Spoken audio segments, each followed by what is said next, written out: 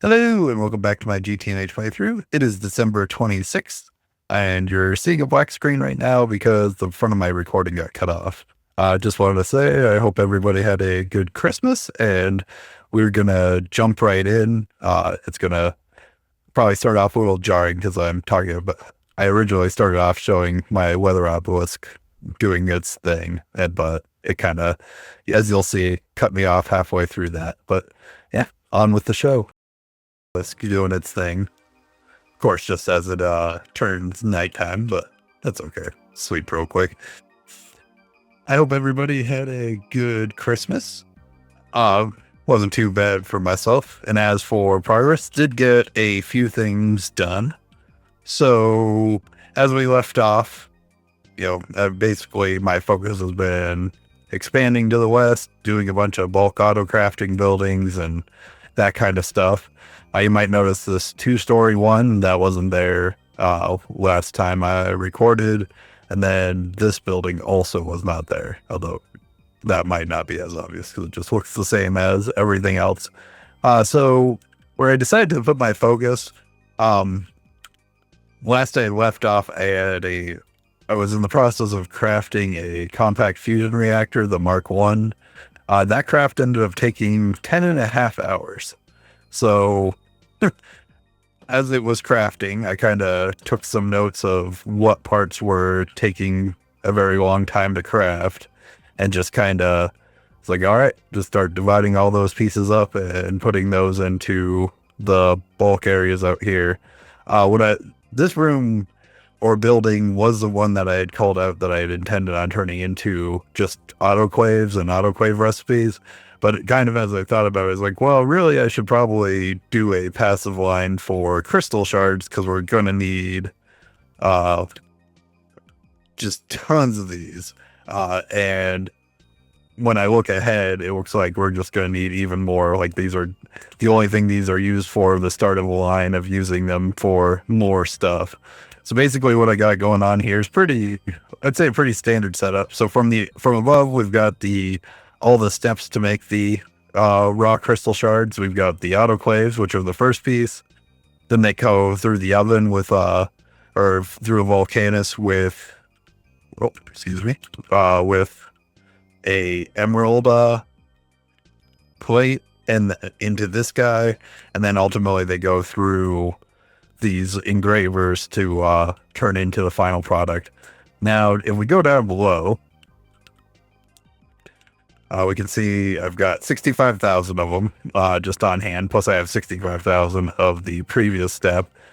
So we've got a good thing going. I did decide to go with using Ender IO for moving everything around, just because since it is a passive line, I don't need any of the intermediate steps, as well as because of the maintenance hatches. I was already running Ender conduit, so I was like, I don't know, we'll do it that way. So over here for the autoclaves, basically only use this one channel to output europium, or at least the molten europium, and then it comes out, fills up an input bus for all these. Now, friendly reminder for the crystal shards, we do the recipe. The only recipe that guarantees 100% output is if you use the raw crystal chip parts, like the little half version in the autoclave, and then you get 100 back. So what we got going on here is we're using that recipe, and this time was obviously easier to set up since I already have in the autoclave over there the setup in raw crystal chip parts. So when these guys craft the recipe and give us the raw crystal out, they come over here through the Ender IO to this Elite Forge Hammer. This thing's on a higher priority, so they always go here first. Then I have a little bit of a buffer chest just in case we need it, where it can keep filling this guy up. Also, too, so we're not waiting. If I do use a bunch, I'm not waiting completely from scratch. We have a good buffer in between. But as long as the Forge Hammer's full, then they'll come over here next to the Volcanus. I'll run that recipe with the emerald plate, and then they'll output. Again, there's a buffer chest. But then the buffer, through the buffer chest, they come over to the engravers, where these guys are all the maintenance hatches, where they ultimately get turned into these guys, the crystal processing units. Now, right now, it's just going to this drawer and this storage drawer, or storage bus, excuse me, to be seen by the network.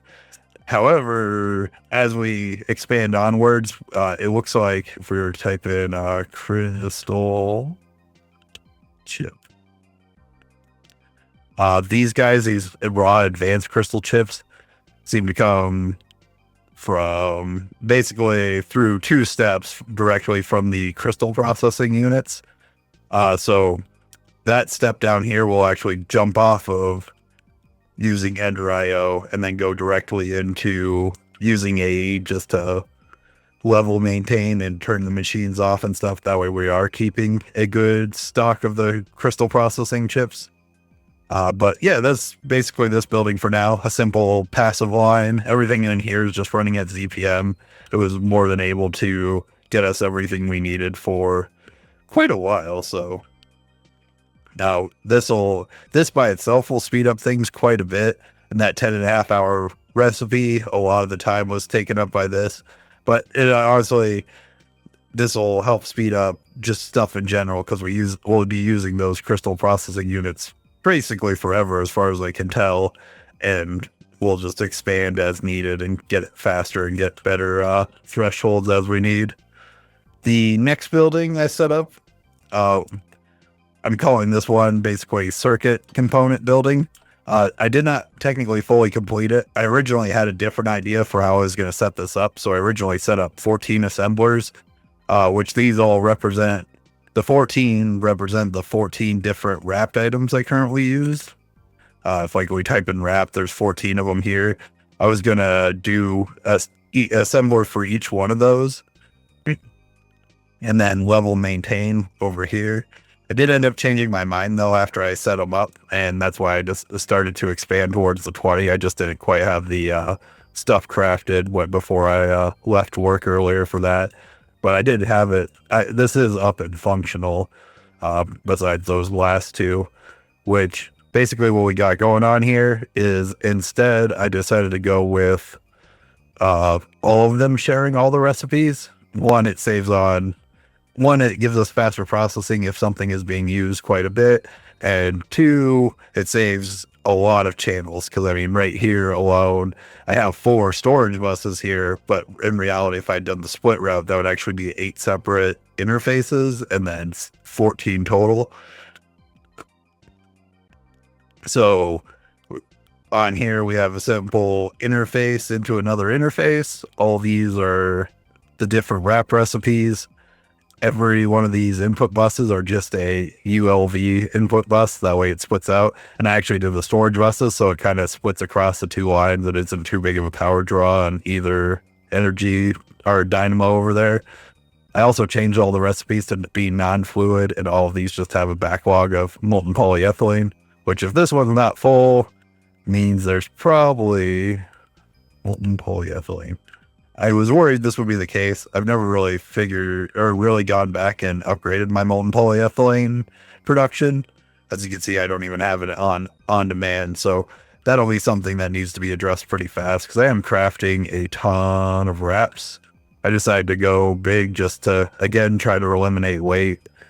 So all these guys are set to 10,000. And if we're looking at wraps in here, we got 11K for basically everything across the board. I didn't go to 10,000 for all of them, but for things like the neural processing chip, for example, are really expensive and take a long time to craft. So if these are only going to be at 500 for now, I will up the amount, but I do want to pull. These are a assembly line recipe that are on my main assembly line. So I want to set up a separate assembly line just for these things, and then I will bump this number higher, and then the rest of this, like these being on their own thing, will speed up things a lot.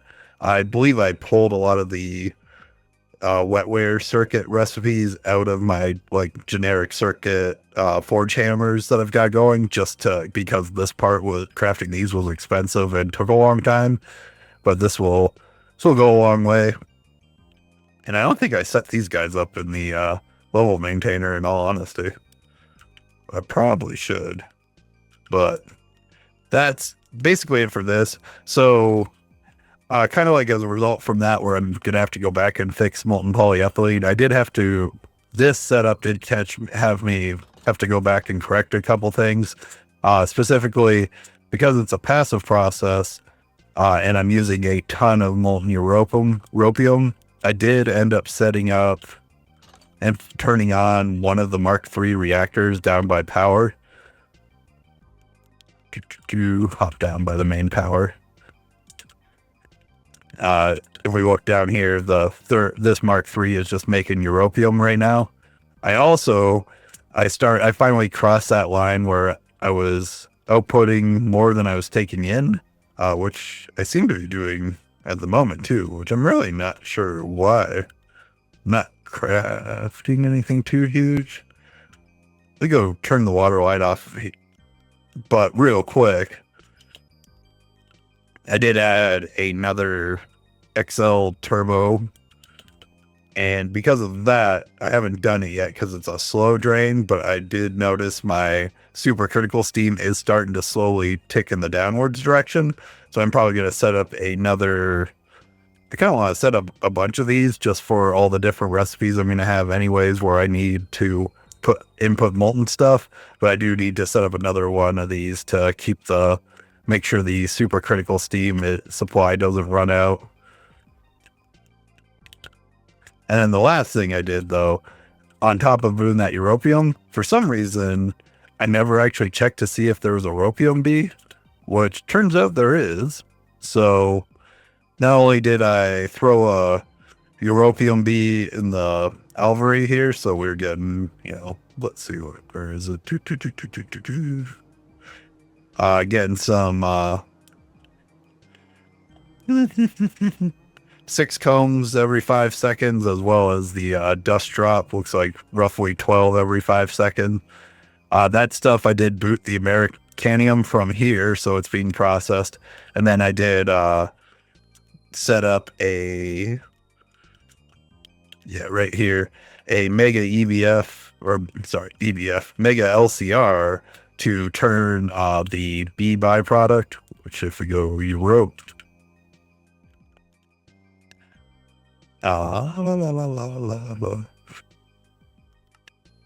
here we go.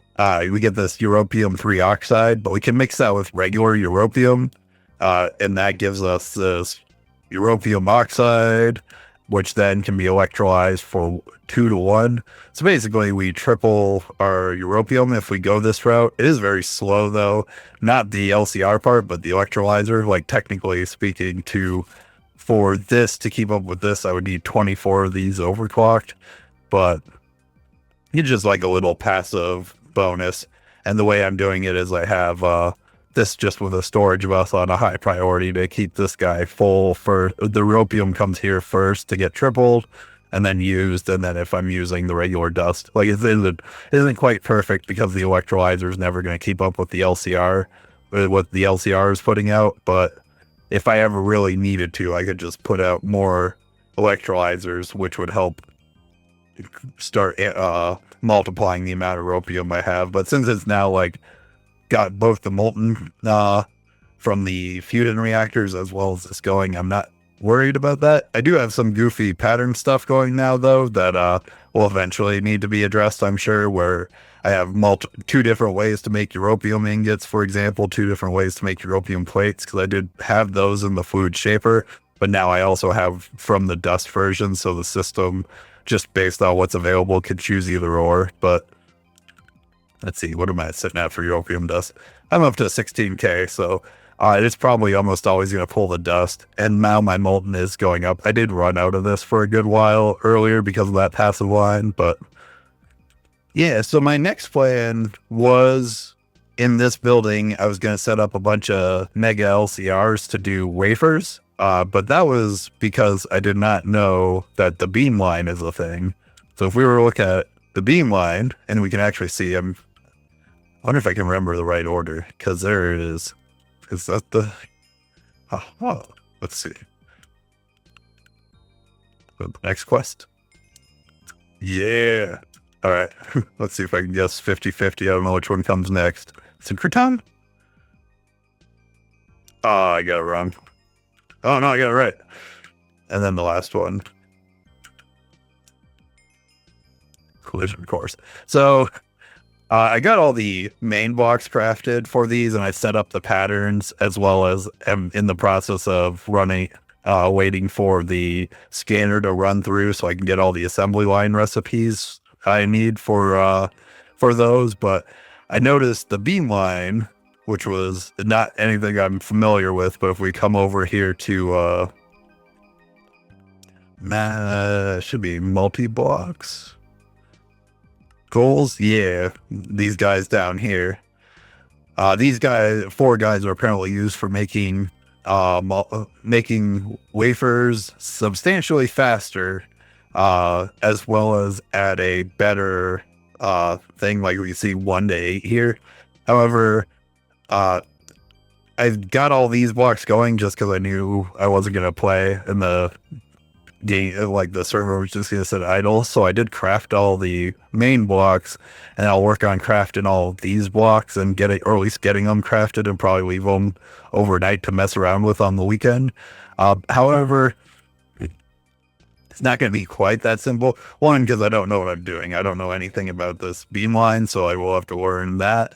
But two, all these masks that are used for the Beamline, I noticed at least the ones that are important to me. Like this one only takes grade 1 water, but if I were to be like, let's do HPIC. This HPIC wafer, for example, we come over to the target chamber, and we look at this. We get the mask. Oh, yeah. No, that one's only grade 4. Interesting. I have to look. Okay, basically what I was getting at, and it's clearly not as straightforward as I originally realized, because I could have swore a bunch of these were... Interesting. I could have swore a bunch of those were locked behind grade 6 water. Let's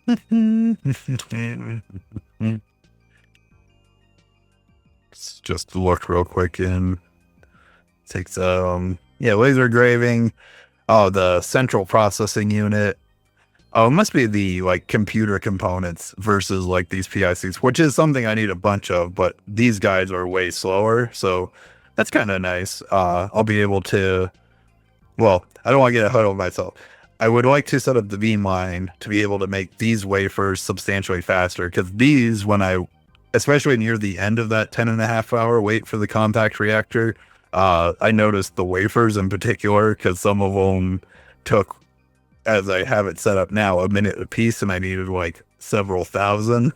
So I want to get this set up because it looks like, one, it's just going to make it substantially faster, and two, use less resources, which again, not as important because for all intents and purposes, they're infinite.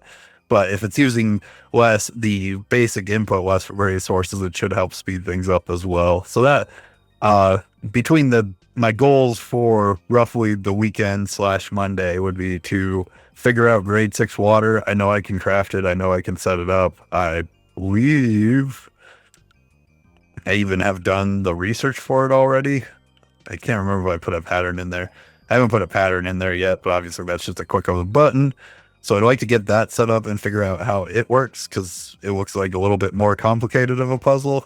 And then if I can figure that out at the same time, or alongside it, figure out the Beamline and where I'm going to plant that down, because those are at least the synchrotron part, if we look at it, is a huge multi-block. Let's see. Source chamber, synchrotron. Yeah, this thing's massive. And then like the linear accelerator, I don't know how big I need for now. I assume not all the way, but it could also get huge. But I'm pretty sure you can orient the synchrotron so this guy goes straight up in the sky, or along the ground, or into the ground, I guess. we'll see. Like I said, all to be determined and things for me to learn. So, but yeah, that's basically where I'm at, and what I'm going to be working on for the weekend. Again, I hope everybody had a good Christmas. I appreciate you for watching, and I will see you next week. Goodbye.